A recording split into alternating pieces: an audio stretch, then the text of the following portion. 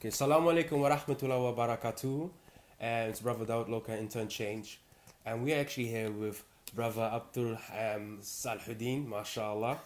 It's beautiful to be here with you, brother. You're more than welcome, mashallah. And we're going to discuss really interesting topics today. And just to enlighten the youngsters Inshallah. out there that, you know what, Islam is far deeper than you actually thought. No, definitely. I mean, see, what we get the pre-packaged version. Yeah.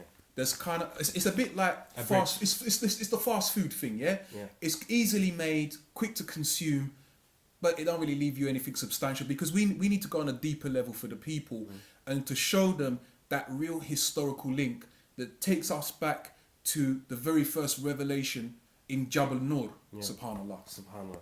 So as we start everything, let's praise the Prophet Sallallahu Alaihi Wasallam. Alhamdulillah wa salatu wa salam Allah Rasulullah sallallahu amma ba'd. So we should commence. So obviously we know that you've seen probably a video of us. Yeah. That we doing the Black History Month, the Real Story campaign. Yeah. And so what is your take on Black History Month? I understand that there is a necessity to bring black history to the forefront. But the problem is, why 1 month? Where black, and even this black history is really encompassing of every day. It's kind of like, are you black for 28 days of the year? Or are you black 365 days of the year? You know, 24/7, 365. So I believe that it's a good principle behind it. Yeah. But at the same time, what is being taught within it? And who are the personalities that our children are being told to look to? Yeah. Are those people that were revolutionaries or those people that were conformists? That's kind of one of the questions I ask about Black History Month. Okay. And another, you know, like when I think about it, I mean, I told you about this earlier on about the motto, the phrase that I come up with. It's that Black history, it's not American history, but it is Islamic history. Yeah. You know? And it's not even African history. So what was your take on that? Black, I mean, first, who defined us as black? Okay, did we call ourselves black or did somebody else call ourselves black? You know, and even like the idea of African. African is the name of a Roman general who conquered Carthage. His name was Africanus Scipio. The real authentic name of that landmass that is commonly called Africa is one of the earliest is Kemet or El-Kabalon. Yeah. So I think we have to be careful of taking the conqueror's perception of us and using that to understand us. Yeah. That's the danger. Yeah. So for me, you know, the idea of Black History Month is intrinsic to Islam. Now, what's the evidence for that? Who was the first martyr of Islam? It was Sumayya, a black woman. Who was the first person to give refuge to the Sahabas when they were being persecuted by the Arabs? It was Najashi, and a black man, an African. Of Abyssinia. Yeah, the king of Abyssinia. You know, one person who we know in Islamic history, but no one really speaks of, is Washi. What do they call Washi? They call him the killer of the two greats because he killed Hamza and he killed Musaylin the liar. Subhanallah. So Islamic history, black history are so intimately entwined that to pull them apart, you destroy the edifice of both of them together. Subhanallah. So you just said it really amazing. You said that there are these images and these effigies of people that we have to look up to. So our children have to learn about this specific person. Why do you think it's so restricted, and why? What is the reason behind that? Well, let me put it this way. My son, I show him clips on the internet of Malcolm X speaking. Now, if he grows up with that revolutionary mindset, then what does that mean to the system? Does that mean a continuation of oppression or a removal of it? So obviously, we have to have the Martin Luther Kings that are there to show an accommodation. For example, Nelson Mandela is a very good example of that. Nelson Mandela is hailed as a hero because essentially he accommodated for white rule. Yeah. You know, what's the difference between him and Mugabe? Because Mugabe has said Africa is our land and we're not going to be told who it belongs to, and it's for us to do what we want.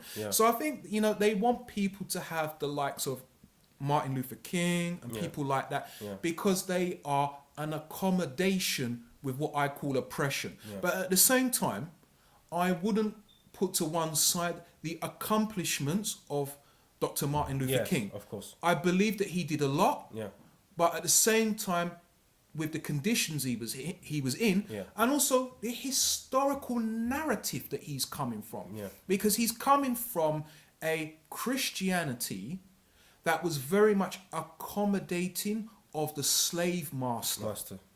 And we forget that. But at the same time, I have a lot of respect for Martin Luther King. I've read the books of Martin Luther King. I've read the speeches of Martin Luther King. But I say honestly, as a person who hates injustice, Malcolm X will always be the man for me. And I'm not just saying that because he's a Muslim. I'm saying that as a person who hates injustice. MashaAllah. So, brother, do you think that's the reason why when we look into Black history, I quote, and that's the reason why it starts with Jamestown in the 17th century. And for those people who don't know what Jamestown is, Jamestown was the first colonization, historians, some historians say, and that's most of the times where Black history actually starts. What happened before that? Why is it that they don't discuss that? Now, here's where we get into something. Is our history in servitude? Is it bondage? Because when we start with Jamestown, as you say, it's like, what happened? There's a missing blank in human history. Well, we just need to go back to ancient Egypt, and we look at the rulers of ancient Egypt. These are people who, I heard a quote one time, that if they was in civil rights America in the 1960s, they would be segregated, and they would be suffering from apartheid in South Africa. Because the leaders we are talking about, such as Ramesses of the Bible, some people say that Ramesses II is also the Pharaoh of the Quran. Allah knows best. But what we do know is that the ancient Egyptians, and when I speak of the ancient Egyptians, I'm talking about pre-conquest of the Persians, pre-conquest by Alexander the Great, pre-conquest of the Romans, and pre-conquest of the Arabs, were a black, melanated people. So we're talking about essentially the first sprouts of organized civilization with a society, organized religion, monarchy, are in Africa, and it was with African people. So there has to be the historical amnesia. You have to, it's kind of like the computer. You have to reboot the computer. And you set it back to... So what happened with us is that slavery was the reboot. But it didn't reboot back to the ancient history. It rebooted back to what I would call a European created history. So what do you think? What is the one thing that we can do? Obviously, Rome wasn't built in one day. What can we do in the meantime while we're preparing for our people, for the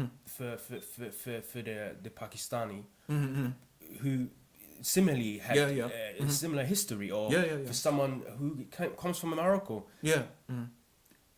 If we look into history, we will see that there is a point where history starts for them. And prior to that, it's really difficult to get into, or it's eradicated. Almost. I mean, this is one of the things we have to do. Western scholarship of non-Europeans is interesting, but it's biased. And I think what we have to do is to begin to move beyond to discover for ourselves. So, for example, there is a very, very good book called Bilad al-Sudan, which is the history of Africa prior to European conquest, that shows Africa as it is. And also, there are many narratives that are there by the conquered people that we just need to go back into them that show a very, very different history. And as Napoleon said, history is a series of lies agreed upon. So whoever writes history today determines the future and determines yesterday. So we need to take, and I say Yeah. this, take the tools of Western academia, Yes. but we take them and use them to reinvigorate our own indigenous history. You know what you just said reminds me of two things. One quote that I like to quote a lot is, "If you don't write your own history, Yes. someone else will." And the second point is when you said use the tools, the Western tools. This reminds me of Musa alayhi salam. When he was in Egypt, Yeah. he was nurtured there. He was educated there. Yeah. You know, a young man, strong man, took the knowledge. Allah subhanahu wa ta'ala made him Yeah. disappear. Yeah. And then come back. Yeah, see, this is one of the things that a lot of Muslims have got into, is kind of like they have a syndrome of you throw the baby out with the bathwater.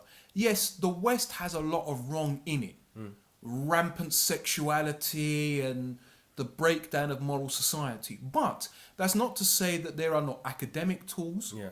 industrial tools Yeah. that we cannot use to revitalize ourselves. Now, let's make something quite clear. When we talk about a Black Renaissance, an African Renaissance, that does not mean that we're going to go around the world conquering the rest of the world.